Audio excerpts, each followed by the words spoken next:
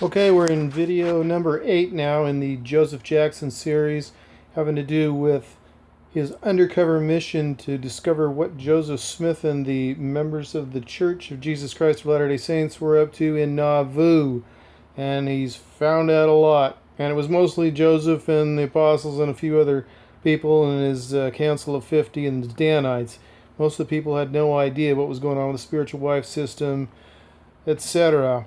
They thought he lived the morals that he preached, but it was a completely different story for some of the people at the top. Now, William Law was first or second counselor in the first presidency, and he had no idea until about the last video here. So, Mormon Truth Video Library, MTV Library, on the Dodger Game channel.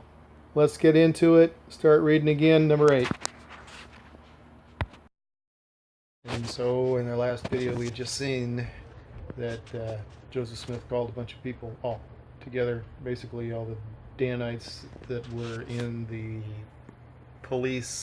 extra police system, the 40 men that they kept 20 on call all at one time, or on duty at one time, were all Danites. They used as an assassination squad, and they were on pay, it says. So he asked them and cried persecution and asked them if he was involved with any plot against William Law, and they all acted like they'd never heard of such a thing. And he said that was something that he used to do. Well, you know, we've seen that. He did the same thing with the when he was accused of polygamy and polyandry and spiritual wifeism, any of those things. And he got all kinds of people to sign a statement saying that they knew he didn't do it. And some of them were his secret spiritual wives, including Eliza Snow, who the church calls in whatever family search, is one of his wives. So, yeah, strategy that he used successfully, and apparently other people, it's corroborated. In other words, these people are corroborating each other's stories. And some of them were very faithful to Joseph Smith. Joseph Jackson was not his pal, but his story seems to be corroborated by people like John D. Lee and Sarah Pratt and other people. Okay, so anyway, here we go.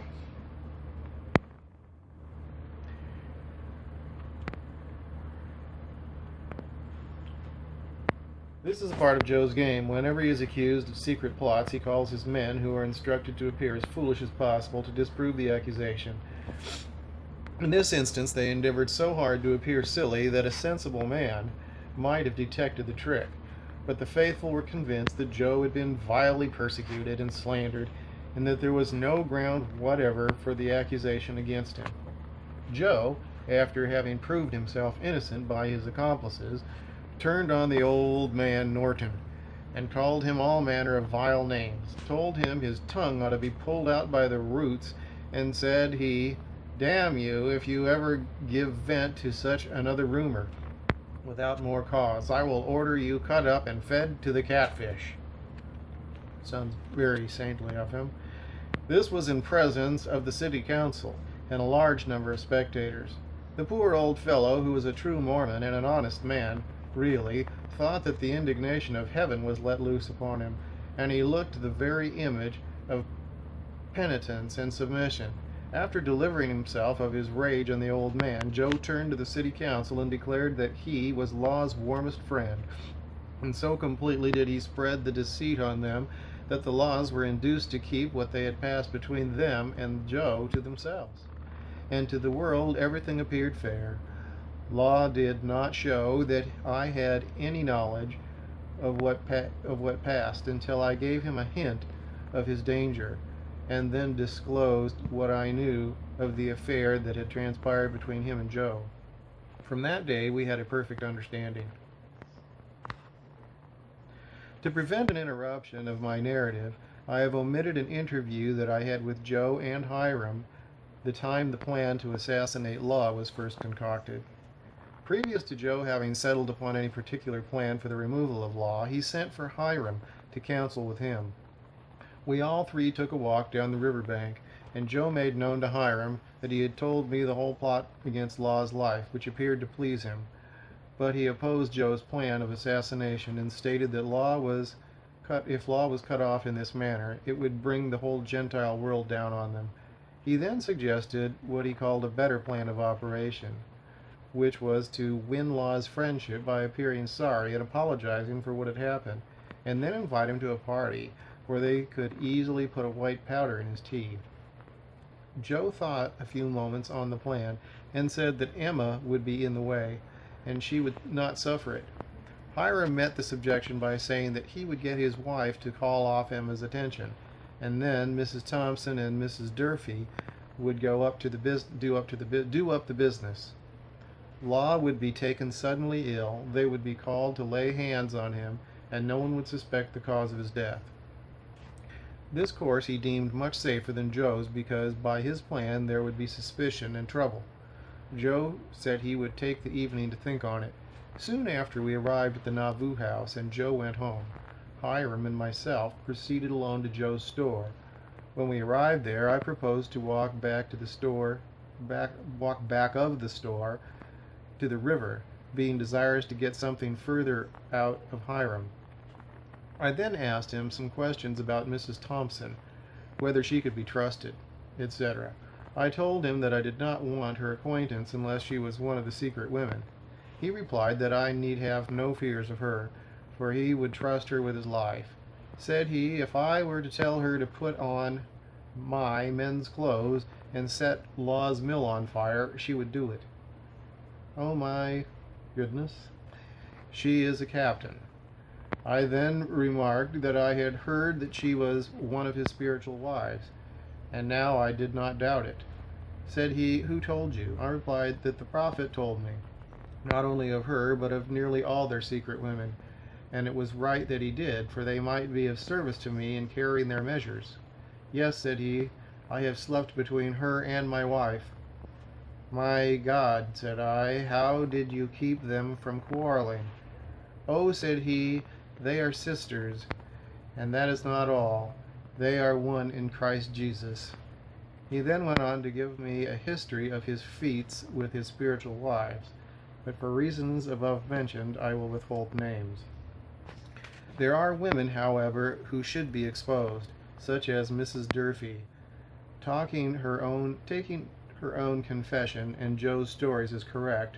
There is not, I believe, such another perfect fiend in human shape on the earth. A more devout, pious, and virtuous being than she apparently is cannot be found in any church, but a more perfect specimen of knavery, villainy, and everything that is detestable in humanity than she in reality is, the union cannot produce.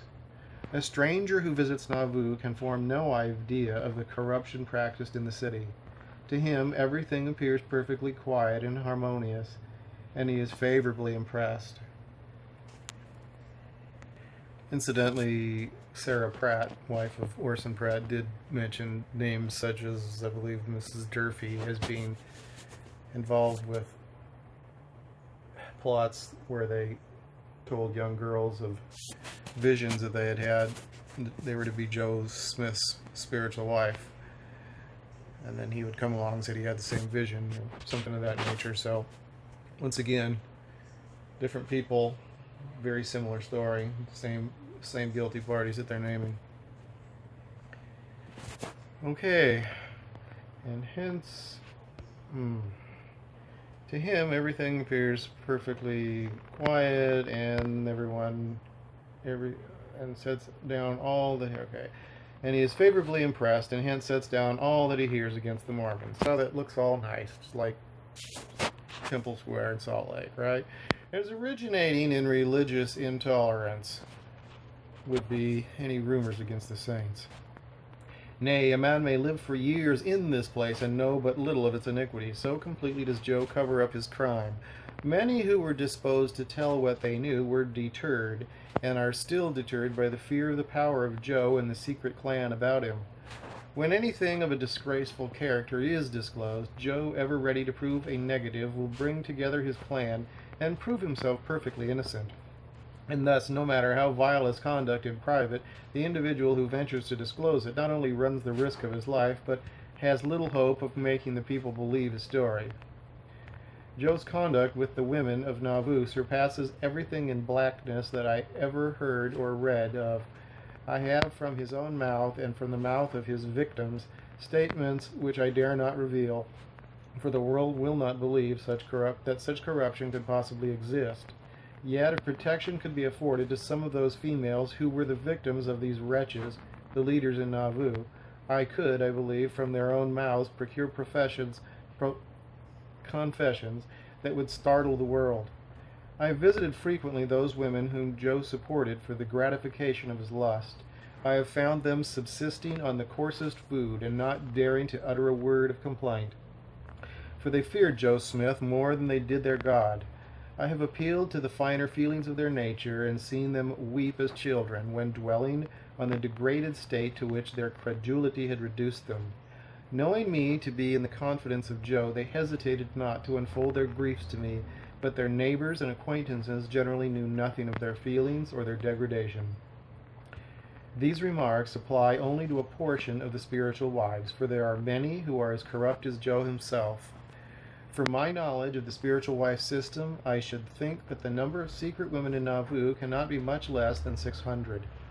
There are many married and as well as single women in this number, and so slyly do they carry on their operations that the husbands of many have never mistrusted the fact.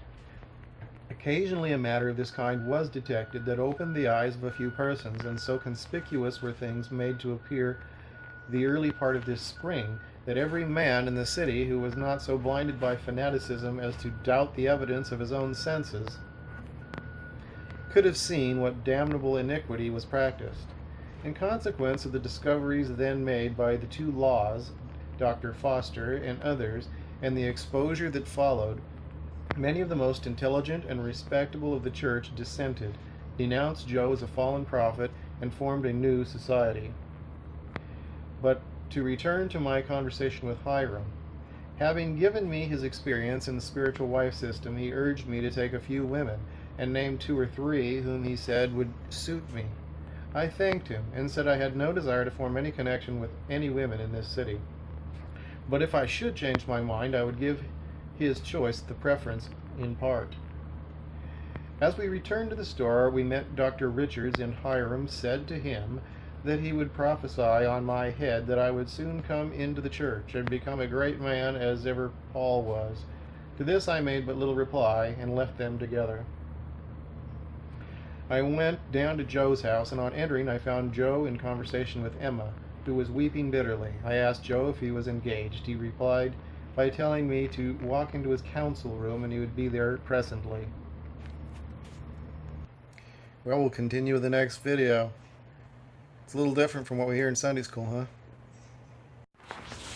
Well, if you're LDS and you're listening to these sequentially, which is really the only logical way to listen to them, since it is a story, basically, although there are parts you can pick up, it really helps to do it sequentially. If you've gotten this far, well, that's interesting, because a lot of people in the church would just say, hey, this just sounds too far from what I've been told. So perhaps you're just blowing it off, or perhaps you realize there's something to this, or perhaps you've got things on the shelf and you realize there are big holes in the story. If you don't, and you're saying, well, I'm just, blow this stuff off, in the Mormon Truth video library, in my channel, there are a lot of videos on various subjects where things are documented, cataloged. I'm not saying it's super organized. I'm saying cataloged as far as documenting where the brethren say one thing but the scriptures say another. In other words, they're denying and disavowing doctrines on LDS.org that are scripture, that have been in the stuff that Joseph Smith was revealed to him or translated, the Book of Mormon, Pearl of Great Price, etc. The first vision, multi-versions of it. The polygamy story here, you're learning it's much different than you're told in church. But when you just look at the scriptures, there are just ridiculous contradictions throughout the stuff that was all supposedly revealed by Jesus to Joseph Smith. And so I've cataloged what we actually have in the scriptures, because it's somehow easy to just forget what you've read and and not notice that it's a complete and total contradiction, which wouldn't happen with an all-knowing God. So it's very telling, and for you to give any credence to this, you have to say, well, Joseph Smith isn't what they told me he was. And then again, it's kind of like what Hiram Smith, said a few years back, not the original guy. Do you really believe that? Somebody told him, asked him when he mentioned the first vision story, that the story that everybody knows now.